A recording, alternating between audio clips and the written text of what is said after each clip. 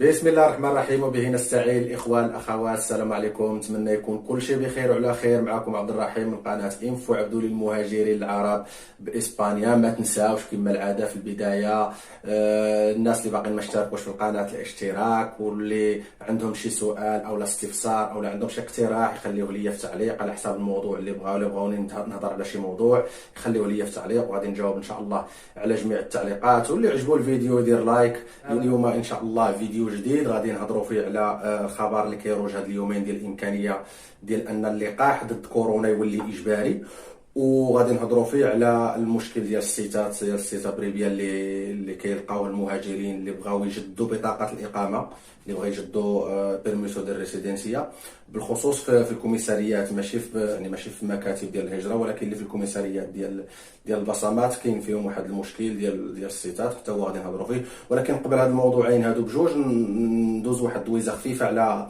الوضع الوبائي في اسبانيا. الوضع الوبائي ديال الجديد فيه هو انه كاين واحد الانخفاض في عدد ديال الاصابات لحسن الحظ. هذه يومين ولا 3 ايام بدا واحد الانخفاض اللي هو ملحوظ. غير بين البارح واليوم مثلا في كومينيداد اندلسيه راه نزلت تقريبا 900 اصابه باش نزل العدد. في كاتالونيا تقريبا مشي 700 او 800. الوضع الاجمالي في اسبانيا عامه كيعرف واحد الانخفاض في عدد الاصابات لحسن الحظ. هذا راجع من طبيعه الحال الاجراءات اللي بتاخذها كل جهه بوحدها، كل جهه دايره الاجراءات ديالها بوحدها. لحد الساعه باقيين جميع الكومونيداديس اوتونوماس، جميع الجهات باقيين سادين على بعضهم. ما يمكنش تسافر، ممنوع انك تسافر ما بين كومونيداد اوتونوما وواحده اخرى. وزائد ان كل كومونيداد اوتونوما راه باقا دايره اجراءات بوحدها. كاينه اللي دايره مثلا توكي دي كيدا مع 10 حتى ل 6 الصباح، كل وحده واش دايره. كاينه اللي دايره مع 11، كاينه اللي دايره مع 12، كل وحده واش دايره هاد التوكي دي كيدا. زائد انه كاين بعض الجهات اللي هما مشددين اكثر، مثلا كاتالونيا راه في فين دي سيمانه، من نهار الجمعه مع 6 الصباح ممنوع انك تمشي من مونيسيبيو لمونيسيبيو، ممنوع تتحرك من بويبلو لبويبلو في فين دي سيمانه. كل جهه ودايره اجراءات بوحدها. هذا اللي خلى ان العدد ديال الاصابات ينزل، واخا باقي العدد ديال الناس اللي كيدخلوا الهوسبيتاليس، الناس اللي كيدخلوا للسبيطارات، او الناس اللي كيدخلوا العنايه المركزه، ولا الناس اللي كيتوفاو باقي طالع. الاحصائيات راه كتجي في الاخبار يوميا. بلا ما نعطيها انا، غادي غير تاخذ وقت اكثر في الفيديو. الاهم هو انه ما بين الامس واليوم 15 و 16 نوفمبر كان كاين واحد الانخفاض ملموس. كاين العدد ديال الاصابات كيهبط، وهذا كما قلنا راجع من طبيعه الحال لهذه الاجراءات هذه اللي متاخذها كل جهه بوحدها. كاتالونيا مثلا راه هبطات من هذه واحد السيمانه او 10 ايام كانت كتسجل ما بين 5000 و 6000 اصابه. اليوم راه اصبحت كتسجل 1000 1500. العدد ديال الاصابات نزل بواحد الشكل كبير.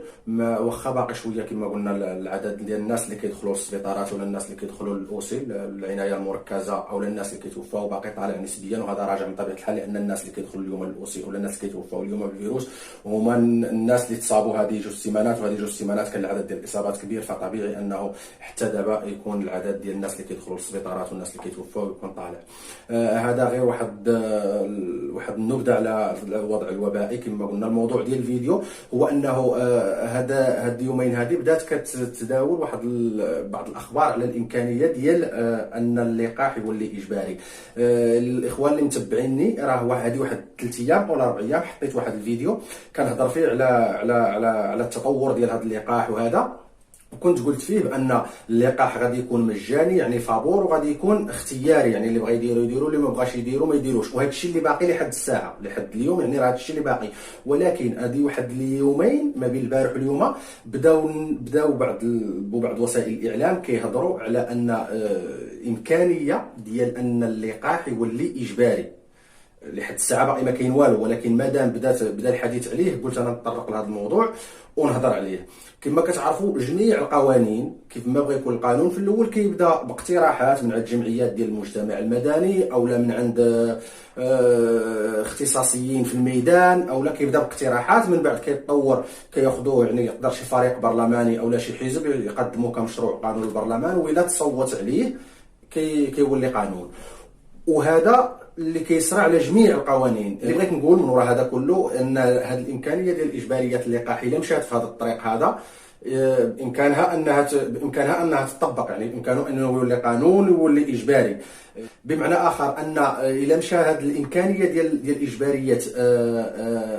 اجباريه اللقاح، يعني الى بقاو كيطالبوا به الاختصاصيين او الجمعيات ديال الصحه اللي على هذا الشيء دابا، الى بقاو كيطالبوا به ممكن انه حتى هو يقدموا شي فريق برلماني او لا شي حزب ويقدموا للبرلمان ولا تصوت عليه غادي يولي قانون. يعني اللي بغيت نقول من وراء هذا كله ان الناس ما تتفاجئش من هنا واحد شهرين او لا 3 شهور او لا 4 شهور الى خرج قانون او لا وقع تعديل القانون القديم ويولي هذا اللقاح هذا ديال كوفيد 19 يولي اجباري.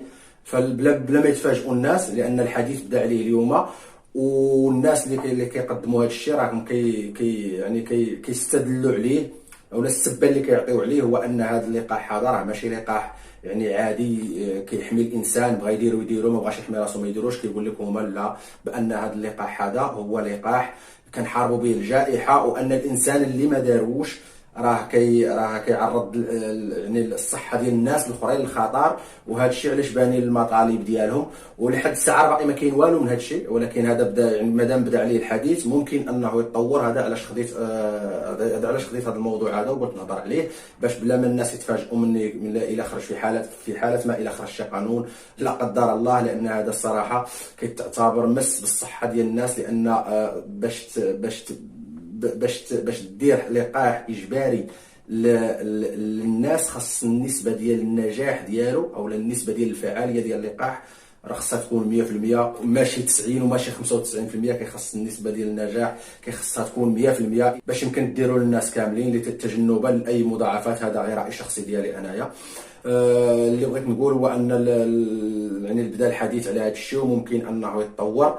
نتمناو انه ما يتطورش وما يكونش اجباري، يكون اختياري من الاحسن بالنسبه لي انا. الناس راه غاديين يتبعوا ما ستؤول اليه الامور كما كنقولوا.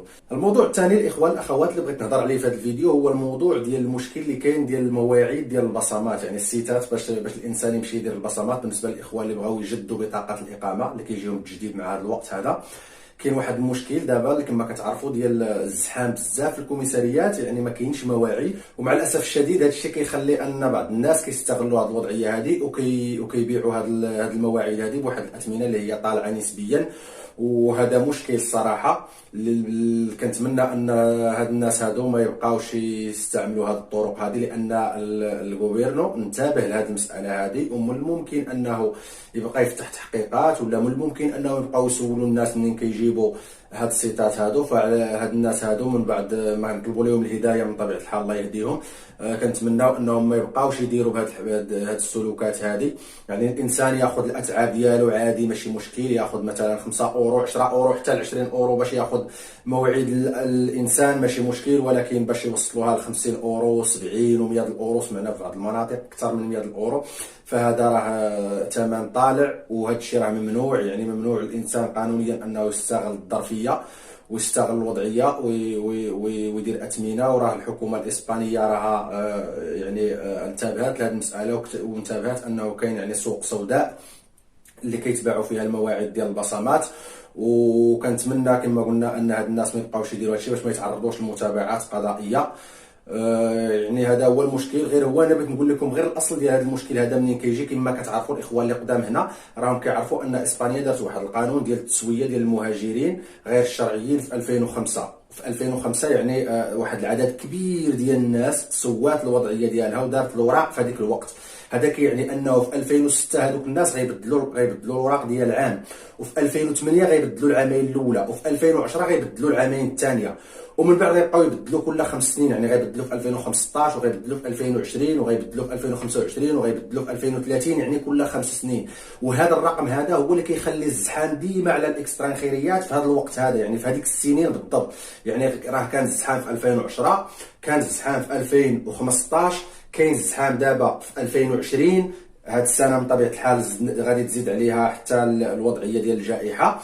غادي يكون الزحام في 2025 وغادي يكون الزحام في 2030 يعني عادي، لانه بزاف ديال الناس سواو الوراق في هذيك الظرف يعني في القانون ديال 2005، وهذا خلى ان التجديد ديال الاقامات ديال هذوك الناس اللي هو العدد ديالهم كبير كيجي دائما في هذه الارقام هذه، يعني غادي يجي في 2010 في 2015 في 2020 في 2025. هذا اللي كيخلي الضغط كبير على الكوميساريات فين كيديروا البصمات، كيخلي عليهم الضغط كبير في هذا الوقت في هذه السنوات هذه. هذا العام هذا من طبيعه الحال زادت الجائحه فوقع هذا الزيار هذا في المواعيد ديال البصمات، وبداو الناس كيستغلوا، بداو بعض الناس كما قلنا الله يهديهم كيستغلوا هذه الظرفيه هذه. وهذا اللي خلى ان الحكومه انتبهت لهذه المساله، وانتبهت انه كاين سوق سوداء اللي كتباع فيها المواعيد اثمنه كبيره. فكنتمنى ان هاد الناس هادو ما يبقاوش يديروا هذه المساله هذه.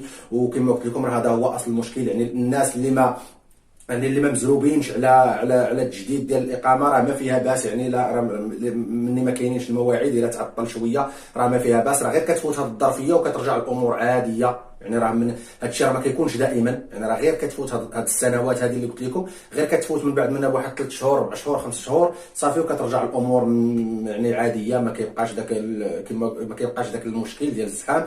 وكما قلنا هذا العام هذا راه زادت حتى الجائحه هي اللي زادت تزيرات اكثر. فالاخوان ما يقنطوش، راه في القريب العاجل راه قريب ان شاء الله، من هنا واحد الشهر ولا شهرين غادي تكون الامور عاديه، وغادي يبداو يرجعوا يعني المواعيد كاينين، يقدر ياخذهم الانسان غير بوحده ولا ياخذوا ليه صاحبه او كذا، وما يبقاوش يتعرضوا لهذا المشكل هذا اللي كاين دابا اللي كيستغلوا كما قلنا هذوك الناس. وراه الله في عون العبد ما دام العبد في عون اخيه، يعني حتى هو الناس يتعاونوا مع بعضياتهم باش يتجنبوا هذا المشكل. وكنتمنى ان هذه المساله هذه تعدي على خير، لانه الصراحه ما بغيناش الضرر حتى لهذوك الناس كما كان الحال، ما بغيناش لهم الضرر، وكنتمنى انهم ما يبقاوش يديروا هذه المسائل هذه. هذا الشيء اللي كان الاخوان على الفيديو ديال اليوم. كنتمنى ان المعلومات تكون وصلتكم، وكنتمنى انكم تبارطاجيو الفيديو، اشتراك في القناه الناس اللي باقي ما اشتركش، اللي عنده شي سؤال او لا عنده شي استفسار او لا عنده شي اقتراح يخليه لي في التعليق، وان شاء الله باذن الله راه غادي نجاوب على جميع التعليقات. فتبقاو على خير وحتى الفيديو الجاي ان شاء الله.